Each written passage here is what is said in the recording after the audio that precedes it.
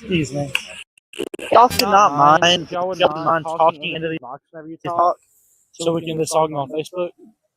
So whoever's speaking first. Yes, sir. So whoever's Connie's going to be speaking right here. so, and then some, Dr. Amonte's going to be speaking as well. and then whenever y'all are done, if y'all don't mind, thank y'all so much. Do we have to push anything or just start talking? You can start talking. All right. Okay, so the first speaker that we're going to have tonight is Dr. Afonte here. How'd you pull that off? Because Connie doesn't want to be the first one. But just very short introduction. He's a superstar when it comes to anything HIV and AIDS related on the medical side. We're all lucky to have him on this planet, not just here today. Thank you. So my name is Steve Rafani, and I was an infectious disease physician and pretty much spent my whole career taking care of people, having the privilege of taking care of people living with HIV. And it's sort of hard to imagine as we stand here. It's been almost 45 years since AIDS was first described.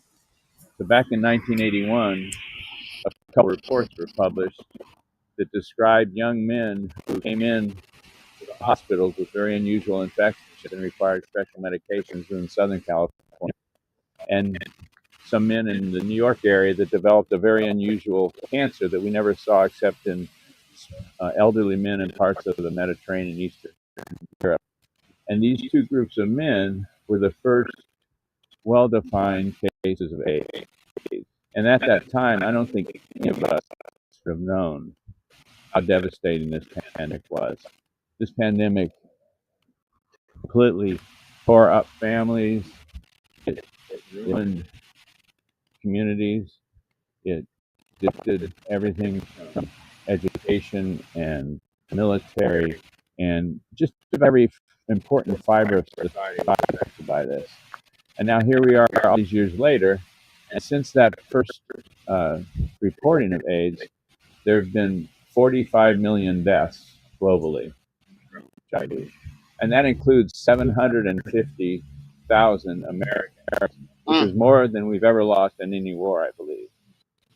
We still have 30,000 new infections a year in this country, and we still have about 3,000 or 4,000 people who die of AIDS. But for those of you who weren't there, I cannot really get across the idea of how horrible that time was. For the first 15 years, we had no medications to treat HIV. It was just a slow, progressive disease that claimed pretty much 100% of the people who were infected. And during that time, we saw a lot of courageous acts, but we also saw acts of unspeakable cruelty and really evil. I saw my first AIDS patient in 1982 as a medical student at University of Genoa, Italy. And I worked in a virology lab, and we were asked to see him as part of the infectious disease team. And we went to the infectious disease pavilion, and here was this poor man. He was a merchant marine, a Genovese merchant marine who spent his shore time in San Francisco. Most likely was infected there, and he was dying of AIDS. He was covered with sores from disseminated shingles.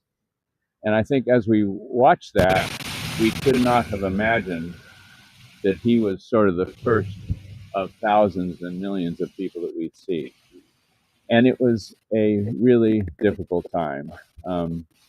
We got very good at diagnosing the complications of AIDS. So if you're my patient, you come in and see me, I say, oh, hey, how you doing? They say, oh, I feel pretty good. I get a lab test, oh, your immune system is really down now. We have to watch out, anything can happen to you. And then you get your headache and it'd be cryptococcal meningitis, and I'd treat that. And maybe you'd survive that, but it'd only be surviving to wait for the next complication. We would joke about it, a Chinese restaurant menu. You had that for all the different complications of AIDS, but we never could slow down the virus until 15 years later. And just think about it for a minute. I mean, think of we're not supposed to talk about politics, but, think of the political environment we live in now. Imagine a new disease that came out and attacked the most marginalized, ostracized, um, low resource people in our society. Men who had sex with men, injection drug users, people who were partners of those people, and initially Haitians, believe it or not. Being Haitian was a risk factor for HIV in the early days just because they didn't understand it was just a population thing. So here were these people that were already poorly represented in our society, and all of a sudden they were the target of this new disease that everyone was scared of. But all the hate mongers came out. This was perfect for them. This gave them license. It empowered them to do unspeakable acts of discrimination, of isolation, of violence. You know, my colleagues and I, we didn't just treat people with medications and, you know, help from our case managers and everyone else. Sometimes we had to go out into small rural communities at night to sort of smuggle a patient out of where they were living because word had come down that they were going to burn that house down. That's what the reality was. And truthfully, it got so bad that most of us thought it couldn't get worse. And interestingly enough, it didn't. Because what happened was people started to stand up. And, you know, people decided that they were going to push against this horrible wave of hatred and discrimination and isolation, and they're going to try to do the right thing.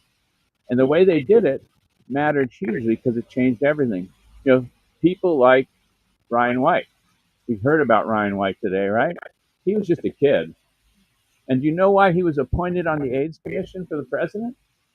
Because he was not an injection drug user, because he was not a man who had sex with men, because he was not a prostitute, okay? He was what they called an innocent victim of HIV. And if he had been a regular person, he would have just enjoyed the ride, you know, with the celebrities and all that. But he totally rejected that idea. He said, no, there's no such thing as an innocent or a guilty victim of HIV. And he wrote the book on the AIDS Commission that the president's, and he elevated it to a level that was so much higher than Reagan or Bush Sr. or anyone could do, and he was just a kid. There are people like the activists. How many of you have been to a disease-based, you know, activist thing for breast cancer, for ALS, whatever it is? That idea came from the first disease activists, who were the ACT UP people. And ACT UP was made up of a group of people on the West Coast and the East Coast, first on the East Coast, and they were mostly gay men, friends of gay men, family supporters.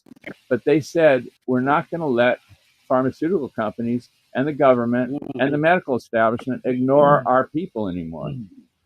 And so they said, we're going to act up against it. And they did this incredible thing. In 1987, a group of them chained themselves to the front doors of Wellcome, Burroughs, actually was called back then, Burroughs Pharmaceutical Company, and they called that Occupy Wall Street, years before Occupy Wall Street became a thing, right? And because of their actions, they actually changed the way FDA approves medications. So if you have a disease, any of you or your friends or your family, that's difficult to treat, and they're getting new medications out quickly, a lot of that is because of what the activists in HIV did.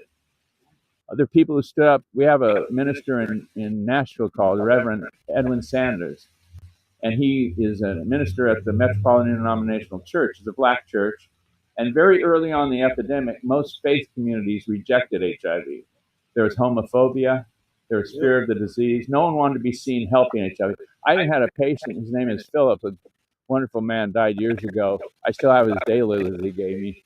But in his church, from the pulpit, the preacher told everyone that they would be damned if they went to visit him in hospice because of who he was and what he did. He was just a good man who was dying of a disease. Well, Reverend Sanders rejected all that. And he turned around, he made his church a haven for people with HIV. He led the black community in Nashville. And he ended up being on the AIDS Commission for, I think, President Clinton. And he also ended up starting orphanages in South Africa for babies whose parents had died of AIDS. So all these people did stuff, you know. They didn't just sit back and say, oh, this sucks. They did stuff. And the result of what they did changed things. And I think really, if you are going to honor those we've lost, I mean, this is wonderful that we're here doing this, but the best way to honor them is to sort of take up like they did. You know, the government that's in place now is very, very against HIV. It's against supporting the programs. It's pulling funding, and then we know everything else that's going on that is just not right. We shouldn't accept it. And that's, to me, in my mind, the best way to remember these people. A lot of them died fighting. Most of them died fighting. And the people who stood up and were counted and made changes, that's why we're at the point now where if I treat someone with HIV, they don't get sick. No one should die of AIDS. No one should get HIV. We can prevent it. All these things are available now. It's not magic. So, when I think of all the people I saw die, thousands and thousands, I think, well, in a way, it was horrible. It was incredibly horrible because they're so young. They all wanted to live, obviously. But at least something came out of that was better than when we started. And I think in these really low moments politically where we are right now, I think we need to remember that. Maybe that's their gift to us, right? That's all I got to say. Thank you, Dr. Russell. Okay, now we want to take some time again after you gave us that wonderful speech, and we're going to take some more time in remembering.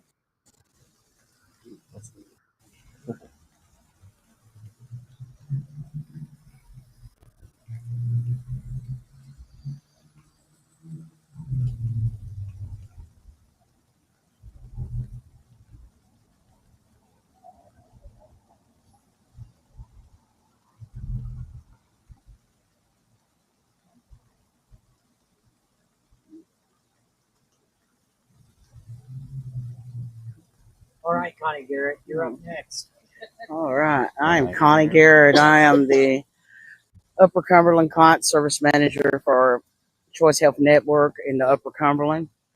We do non-medical at my office. We have the pleasure of serving and helping people that are living with HIV and AIDS. Our Ryan White program, thanks to Ryan White, who got all those stuff passed through Congress and made them listen to the people that they needed help. And so we help with food, transportation, making sure they're getting to medical appointments. We also do the HOPWA program, which is housing opportunities for people who are living with AIDS and HIV, because studies have shown that if a client stays housed, they're more apt to stay on their medication and become undetectable and not be able to pass it to someone else. How many cases do you have in this area? We have got about 70 clients at our office. I've been in this field for almost 8 years, and I have lost right at 10 in those 7.5 years. But through the advances with medicine and stuff, they have PrEP, which is a daily pill, or now I think they can even take a shot, which will prevent, someone from getting HIV. And PEP, that's pre-exposure or post-exposure. If you slept with someone that uses drugs or slept with someone, you don't know their status, you can take that pill within 72 hours. That will also prevent you from getting HIV. So there's a lot of new things out there, and we just need to break the stigma. That's my biggest deal. Because HIV is like my RA, my rheumatoid arthritis, is a disease that I have that I'll be fighting the rest of my life. It's just facts. I'm glad to be here. Thank you, Connie. Okay. Oh, I'll take that. Real quick. I wonder if this can be trouble. Okay, now I wanted to tell those of you that weren't at the Democrat meeting a little bit about Ryan White. Ryan White was born. What did I say? Oh, Democratic Party meeting. I'm sorry. So he was born hemophiliac, which meant he needed to get infusions throughout what would be his short life. They discovered that he was a hemophiliac right away, and he was born in 1970, I think. And in '84, he got a bad infusion, and they found that he had AIDS because he went to the hospital because he was sick. From there on out, his life, the people that were around him, his schoolmates, they made his life miserable. They treated him horribly. They wouldn't let him go to school And the spring of '86, he was able to go back, but he had to watch. He had to listen to his class through the phone.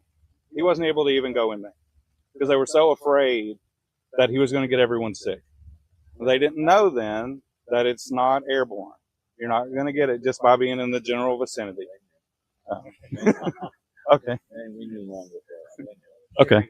I believe you. Yes. But then they moved. Him and his family moved so that way he could go to school. And when he did, he was able to thrive there.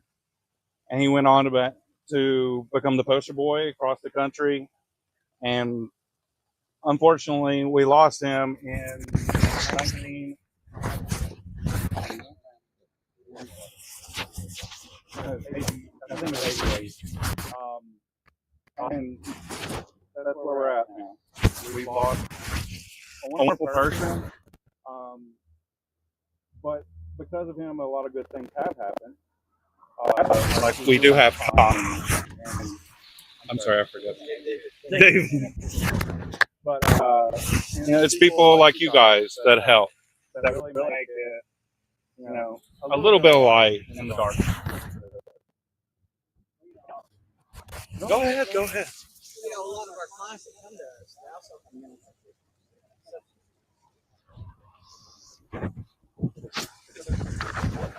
You want to say it again? No.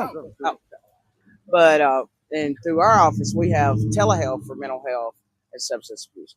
You know, we try to do a wraparound of services that we address all issues that someone is going through.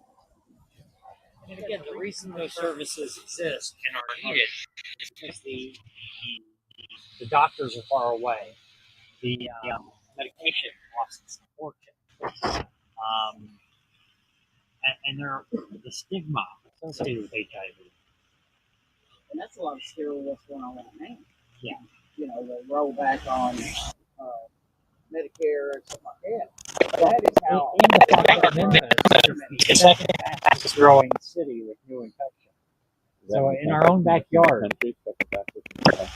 Did I say something wrong? In the country, Memphis is number 2 in number of new infections each year.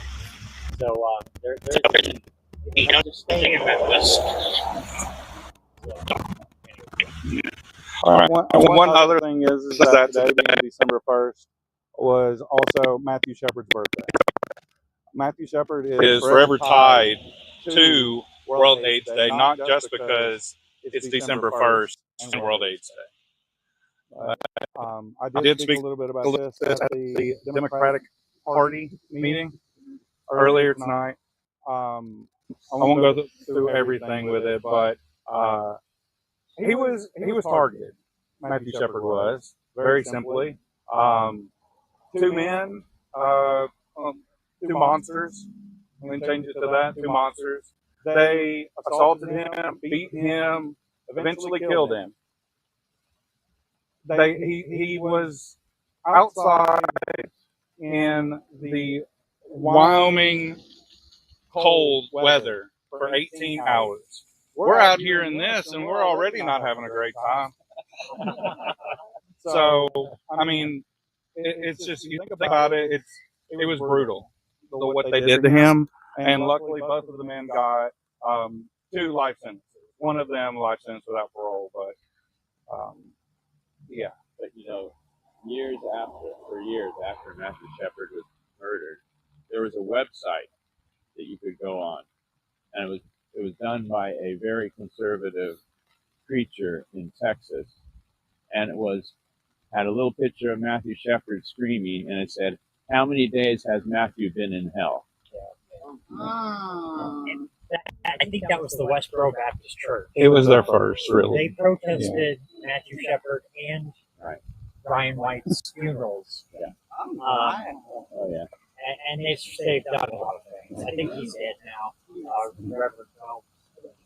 Maybe we need to get up the website. But from that came the Angels of Mercy, who, with the 6-foot wings, would stand between them so the family didn't have to look at them. And they're still active today. I think the Westboro Baptist Church has fallen off. But Yeah. We need that to happen. One thing I'll invite everyone to do the same, but I have a personal story about those with HIV and AIDS that I'll share. And if anybody wants to share theirs, they can as well. I had a friend named Danny. Me and Danny, we just knew each other online. We played video games together, but I knew Danny was sick. Danny took so many medications that I didn't even know how he kept them straight. I think he said at one point that he had like 17 different medications he had to take. Danny didn't make it. I knew him from about 2001 till his passing in 2006. He was homebound because of he couldn't go anywhere because he was afraid to. He was afraid that if he gets sick, that would be the end of him. So he became a homebody. That's all he had was online. So that's the friend he was to me, and that was Danny. And I have another friend named Scott. He's still with us. He's had AIDS since 1994, and he's still kicking.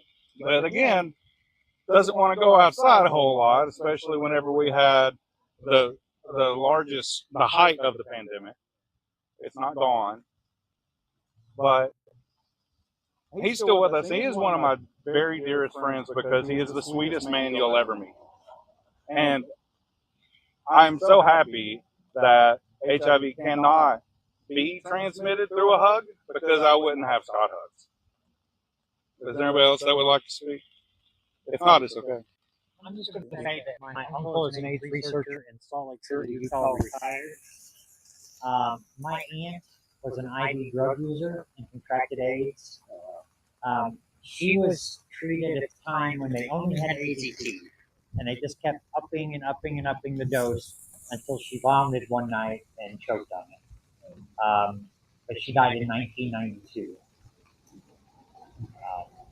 My uncle, who is retired now, is studying the impact of HIV on the aging process, because that's a new field that no one has ever looked at because of the long-term HIV. He stuck himself with a needle in the lab and also contracted the virus. But anyway, he's still alive and kicking and doing his doctor thing. On that note, that was the whole deal of the United States HIV conference in DC. Living longer, HIV, nobody else. Yeah. Anybody else? Anybody? So I had a friend through high school. We were very close, and he went off to college. And I ran into him one night here at Applebee's, and we were just catching up. And he said, "Also, I contracted HIV," and I was so sad and I was so heartbroken. And I said, "I'm so sorry." And his response was, "It was inevitable for me. I'm a gay man. It's inevitable for me." And I'm so thankful that the research has come so far just in my lifetime, just in the past 10 years, that's not the case anymore, that it's not just something that's going to happen to you. It's something that we can prevent. It's something that we're researching. It's come a long way, and I'm just glad that we live in this time. That's right, yeah. Like they are in African Americans, in low-income families. HIV is a disease that affects everybody. Yeah. Before we disband, I want to say if anyone knows anyone that needs resources or help, I can put them in touch with Connie. Connie can help. Has a world of opportunity that she can help with. Does anybody else have a story they'd like to share? I'm sorry, It's okay. It's okay. I do that sometimes. No, it's okay. It's okay. Did anybody else have a story though? Okay. The weather looks like it's maybe getting a little worse. Thank you all so much for coming out. And thank you, Connie. Thank you, Dr. Rafanti. And if you would, with your candles, there's a bucket over here. You can just toss them in the bucket. That way they'll go out. And thank you all so much. Thank you so much. Thank you. Yes, thank you. Thank you. Fine, thank you.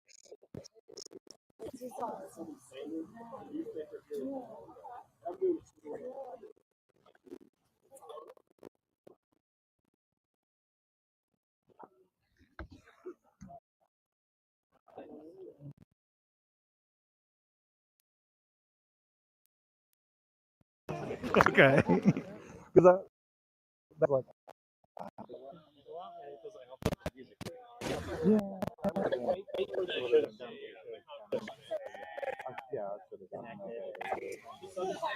I need to get the young.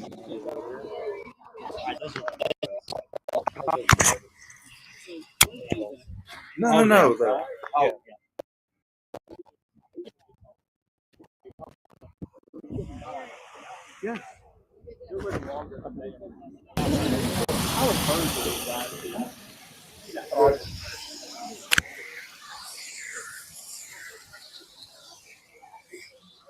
I've got these back for you.